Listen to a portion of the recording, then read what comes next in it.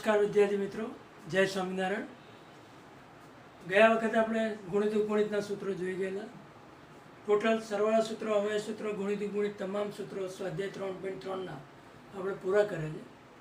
હવે સ્વાધ્યાય 3.3 એની આપણે શરૂઆત કરવાની છે.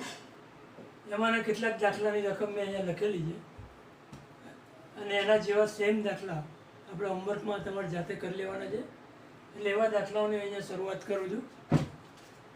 સ્વાધ્યાય 3.3 એનો પહેલો દાખલો, કિંમતો સાબિત કરવાની છે કે આ કિંમતોનું સાદુરૂપ 3/2 આવે છે, આ કિંમતોનું સાદુરૂપ 10 આવે છે. તો પહેલાં તો તમે જો sin π/6 કિંમત જાણીતી છે, cos π/3 જાણીતી છે, કે આપણે આ જ કિંમત વિચારવાની છે. એટલે પહેલાં એ કિંમત વિચારી લઈએ આપણે. cosec 7π/6 એટલે cosec પાઈ પ્લસ π/6 એટલે 7π/6 થશે. એટલે આ ત્રીજું ચરણ થશે. એટલે અહીંયા આવશે માઇનસ cosec π/6, cosec π/6. હવે sin π/6 ની કિંમત આપણે 1/2 જાણીએ છીએ, એટલે cosec π/6 ની કિંમત વ્યસ્ત આવશે. એટલે અહીંયા આપણી કિંમત આવશે -2. હવે લેફ્ટ સાઈડમાં આપણે મૂકી દઈએ કિંમત 2 sin સ્ક્વેર π/6. તો sin π/6 એટલે 1/2 નો વર્ગ. cosec સ્ક્વેર 7π/6 એટલે -2 નો વર્ગ. અને cos સ્ક્વેર π/3 એટલે cos π/3 એટલે 1/2 નો વર્ગ.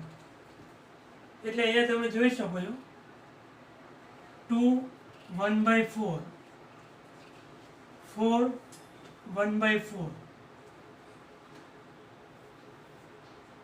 એટલે કે અહીંયા સાદુરૂપ શું આવશે? 1/2.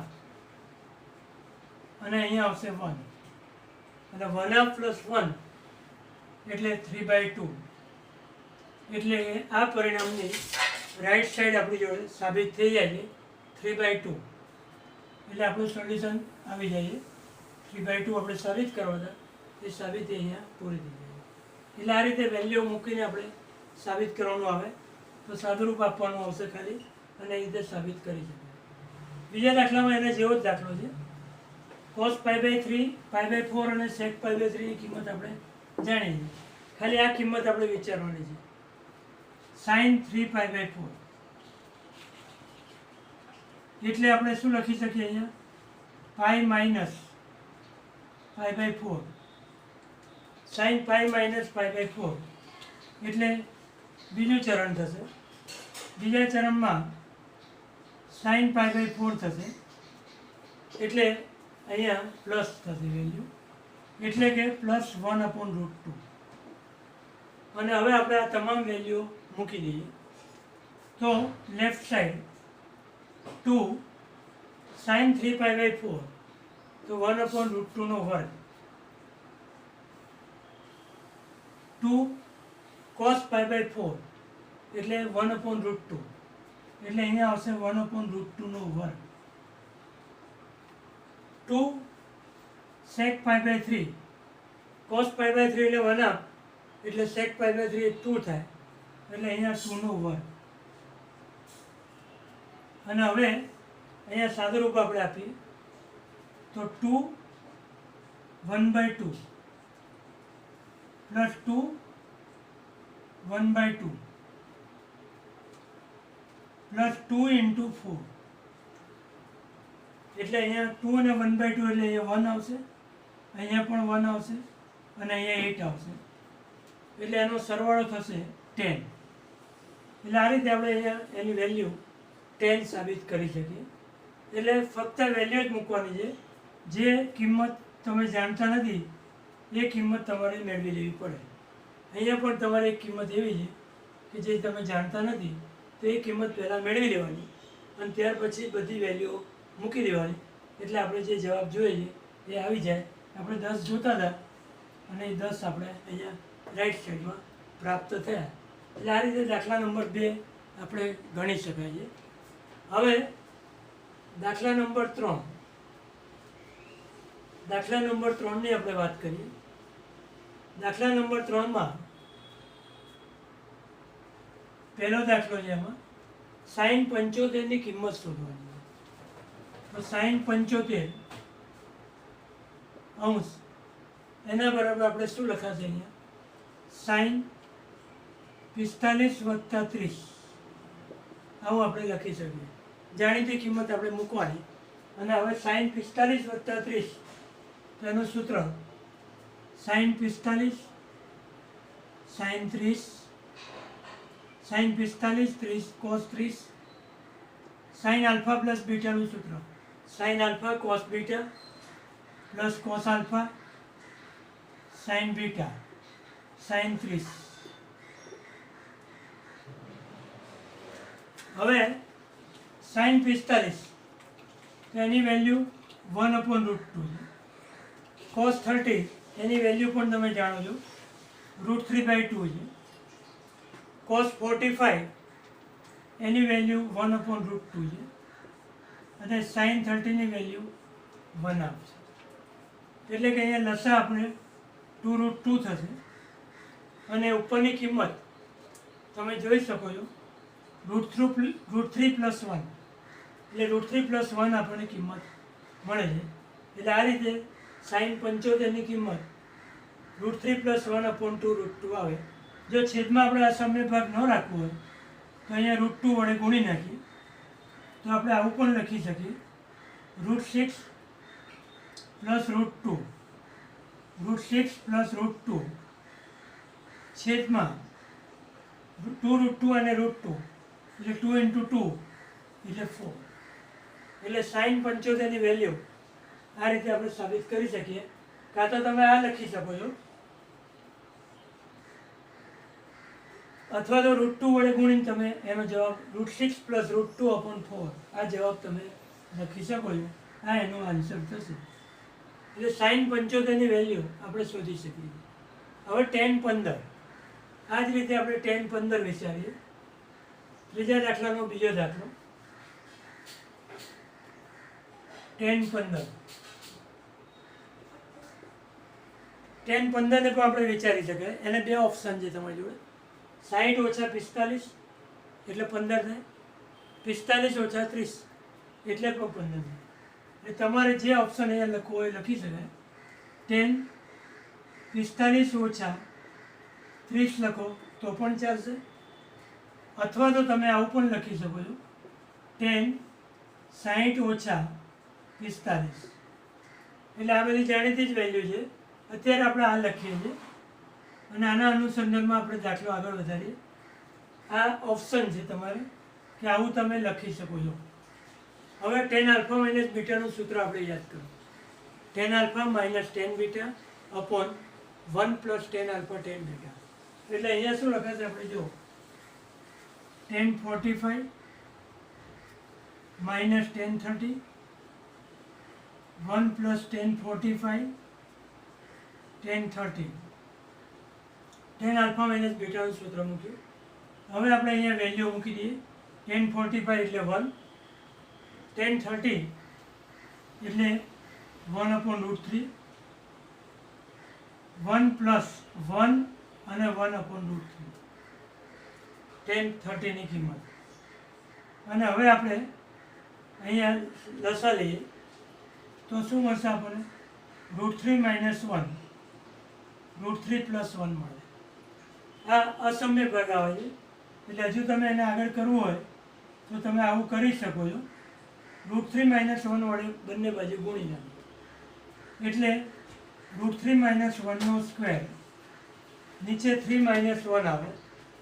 એટલે કે સાદુરૂપ આપણે આપીએ 3 - 2√3 + 1/2 એટલે 4 - 2 એટલે 4/2 એટલે 2 - √3 એટલે tan 15 ની વેલ્યુ તમે 2 - √3 આ રીતે સાબિત કરી શકો છો. અહીંયા આટલે સુધી દાખલો ગણ્યો તો પણ ચાલે. પણ જો છેદમાં અસમ્ય ભાગ ન રાખવો હોય તો આ રીતે છેદના વિરોધી વડે આપણે સમ્યકારક કરવું પડે. સમીકરણની ક્રિયા કરવાની, સમીકરક હવે વડે ગુણવાના, એટલે આપણે આ રીતે લખી શકીએ તમે. અને છેલ્લે સાદુરૂપ આવશે 2 - √3. એટલે આ રીતે દાખલા નંબર 3 આપણે ગણી શકાય. હવે આપણે દાખલા નંબર 4ની આપણે વાત કરીએ. દાખલા number 4.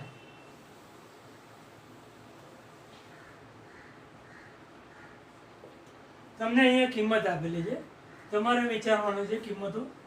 cos 3π/2 plus x, cos 2π plus x, અને કૌંસમાં કિંમત તમને આપી દીધી છે cot 3π/2 minus x plus cot 2π plus x. તો વિધેયના રૂપાંતરણના નિયમો આપણે શીખવાડ્યા છે. 48 સૂત્ર આપણે જે વાત કરેલી એ સૂત્ર અહીંયા આપણે એપ્લાય કરવાના છે. એટલે અહીંયા જુઓ તમે left side cos 3π/2 plus x એટલે કયું ચરણ થશે? ચોથું ચરણ. પણ π/2 સ્વરૂપ છે એટલે અહીંયા કોસનું શું થઈ જશે? sin x. અને ચિહ્ન કયું આવશે? ચોથા ચરણમાં. ચોથા ચરણમાં કોસનું ચિહ્ન કયું છે? પ્લસ, એટલે અહીંયા પ્લસ આવશે. ત્યાર પછી cos 2π પ્લસ x એટલે આ પહેલા ચરણમાં થશે. એટલે cos x નું પાઈનું પાઈ છે, પાઈ સ્વરૂપ છે એટલે cos x નું cos x જ આવશે અને પ્લસ આવશે. હવે આ કૌંસમાં જે સાદુરૂપ છે cot 3π/2 માઇનસ x, π/2 સ્વરૂપ છે એટલે કોટનું શું થઈ જશે? 10. એટલે આપણે અહીંયા 10x તો મૂકીશું જ. ચિહ્ન કયું આવશે? તો આ કયું ચરણ છે? 3π/2 માઇનસ x. 3π/2 માઇનસ x એટલે ત્રીજું ચરણ. આ ત્રીજું ચરણ થશે. 3π/2 અહીંયા આવશે, માઇનસ x એટલે ત્રીજું ચરણ થશે. એટલે એમાં 10 કોટ પ્લસ હોય એટલે આ 10ની નિશાની પ્લસ આવશે. હવે અહીંયા આપણે વિચારીએ cot 2π પ્લસ x. કોટ છે એટલે પાઈ છે એટલે કોટનું કોટ જ રહેશે. એટલે અહીંયા કોટ x જ આવશે. અને પહેલું ચરણ થશે 2π પ્લસ x. અહીંયા 2π પ્લસ x એટલે પહેલું ચરણ. એટલે પહેલા ચરણમાં કોટ પ્લસ જ હોય એટલે અહીંયા પ્લસ આવશે. એટલે આ રીતેનું સાદુરૂપ આવી શકે. તો હવે એનું ટોટલ સાદુરૂપ આપણે આપીએ. સૂત્ર આપણે મૂકી દીધા. sin x cos x. tan x નું સાદુરૂપ શું છે? sin x upon cos x plus cos x upon sin x. એટલે અહીંયા આપણે વિચારી શકાય છે sin x cos x sin square x વત્તા cos સ્ક્વેર x અને એના છેદમાં cos x sin x થશે. એટલે આ છેદ અહીંયા કેન્સલ થશે અને આપણી જોડે રહેશે અહીંયા 1. એટલે આની કિંમત આપણે 1 સાબિત કરવાની હતી. cos square plus sin square એટલે 1. એટલે આ રીતે આપણે અહીંયા ચોથો દાખલો અહીંયા ગણી શકીએ છીએ. દાખલા નંબર 4 અહીંયા પૂરો થાય છે. હવે દાખલા નંબર 5ની આપણે વાત કરીએ. દાખલા number 5.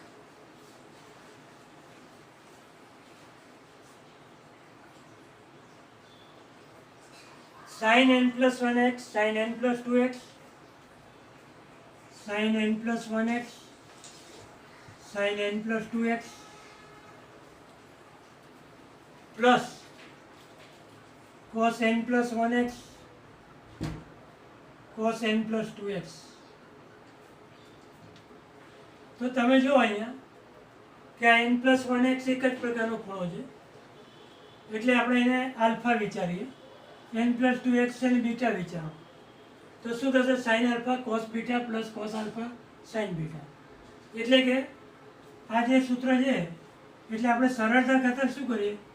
n plus 1x equal to alpha લઈએ અને n plus 2x એટલે બીટા થાય.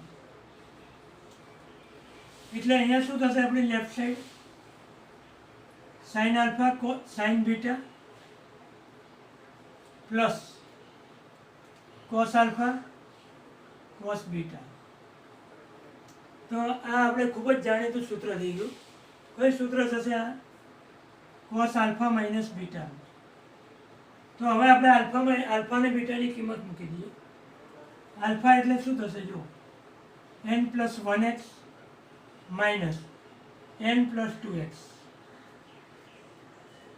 એટલે કે કોસ કૌંસ છોડીએ આપણે તો nx plus x minus nx minus 2x, એટલે nx કેન્સલ થશે, એટલે આપણને અહીંયા પરિણામ કયું મળશે?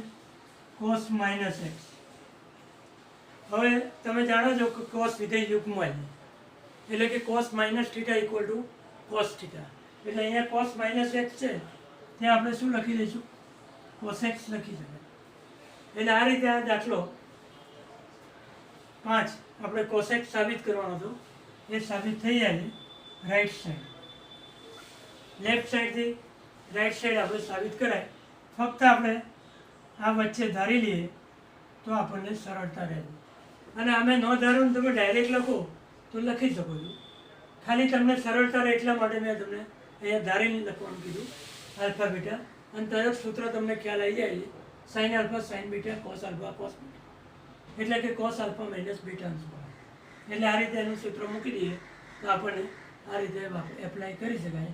રાઈટ સાઈડથી લેફ્ટ સાઈડ સૂત્ર એપ્લાય કર્યું આપણે, અને એ રીતે આપણે કોસ એક્સ મેળવી શકીએ. હવે દાખલા નંબર 6 ની આપણે વાત કરીએ.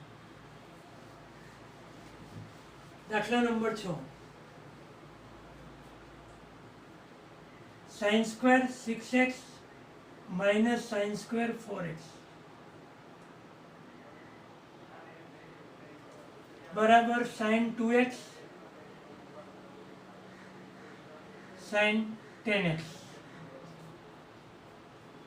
તો આપણે એક સૂત્ર સમજી ગયેલા છે. તમે આગળ સૂત્ર હું યાદ કરાવું તમને. સરવાળા સૂત્રોમાં 11 નંબરનું સૂત્ર હતું, sine square alpha minus sine square beta, એટલે આપણે શું લખી શકીએ? Sine alpha plus beta sine alpha minus beta. આ સૂત્રનો આપણે ઉપયોગ સીધો કરી લઈએ. અહીંયા નો ઉપયોગ કરવા હોય તો પછી એને અવયવ પાડવો પડે, અને પછી આપણે સૂત્ર ઉપયોગ કરવો પડે. એટલે આપણે સીધો સૂત્રનો ઉપયોગ કરીએ. Sine square 6x minus sine square 4x, એટલે આપણે આવું લખી શકીએ છીએ, સાઇન 6x વત્તા 4x sign 6x minus 4x, એટલે કે સાઇન 10x, અને અહીંયા સાઇન 2x. જે આપણે રાઈટ સાઈડ લાવવાની હતી એ રાઈટ સાઈડ આપણે આવી જાય. સાઇન 2x અને સાઇન 10x નો ગુણાકાર આપણે લાવો તો એ ગુણાકાર આપણને પ્રાપ્ત થઈ જાય. એટલે આ રીતે દાખલા નંબર 6 આપણે અહીંયા ગણી શકીએ. હવે દાખલા નંબર 7. 7મા દાખલામાં આ રીતે છે. આપણે કોટ 4x આપેલા છે, અહીંયા કોટ આપેલા છે, અને અંદર સૂત્ર આપ્યું છે sign 5x plus sign 3x, અને આ બાજુ રાઈટ સાઈડમાં કોટેક્સ આપ્યું છે, અને sign 5x minus sign 2x. એટલે અહીંયા 5 ને 3x છે, અહીંયા 5x અને 3x આપેલા છે બાદબાકી. તો પહેલાં તો તમે જો આપણે લેફ્ટ સાઈડના સૂત્રને વિચાર કરીએ. કોટ 4x એટલે આપણે શું લખી શકીએ? Cos 4x upon sine 4x. અને હવે આપણે આ સૂત્ર યાદ કરીએ. આપણે s પ્લસ s એટલે આપણે જાણીએ છીએ 2 સાઇન, બંનેનો સરવાળો 2sc, s પ્લસ s એટલે 2sc અવયવ સૂત્ર, એટલે 5x plus 3x by 2 cos, તમે ડાયરેક્ટ પણ મૂકી શકો છો, બંનેનો ગુણાકાર સ્વરૂપમાં આપણે લઈ જઈએ છીએ, એટલે સરવાળો ભાગ્યા 2 બાદબાકી ભાગ્યા 2, s પ્લસ s એટલે 2sc. એટલે અહીંયા શું બનશે જો, cos 4x sin 4x, 2 sin અહીંયા આવશે 4x cos x, એટલે 2 sin 4x કેન્સલ થઈ જાય, એટલે આપણી લેફ્ટ સાઈડમાં જે પરિણામ રહેશે એ આવું રહેશે 2 cos 4x cos x. હવે સાતમા દાખલાની આપણે રાઈટ સાઈડ લઈ ગયા, રાઈટ સાઈડ cot x અને sin 5x minus sin 3x, તો cot x નો અર્થ શું થશે? cos x upon sin x, અને s minus s યાદ કરીએ આપણે સૂત્ર, s plus s એટલે 2sc, s minus s એટલે 2cs, એટલે અહીંયા આવશે 2 cos સરવાળો ભાગ્યા 2, બંનેનો સમ ડિવાઈડ બાય 2 એટલે સીધું મૂકી દઈએ આપણે cos 4x, sin બાદબાકી ભાગ્યા 2 એટલે sin x, એટલે sin x કેન્સલ થશે, એટલે અહીંયા સૂત્ર બનશે 2 cos 4x cos x. એટલે આ રીતે તમે જોઈ શકો છો સાતમા દાખલામાં લેફ્ટ સાઈડ અને રાઈટ સાઈડ ઇક્વલ આવે છે. તો સાતમો દાખલો અહીંયા પૂરો થાય છે, અને હવે આપણે આઠમા દાખલા તરફ જઈએ. છેલ્લો દાખલો છે દાખલા નંબર 8.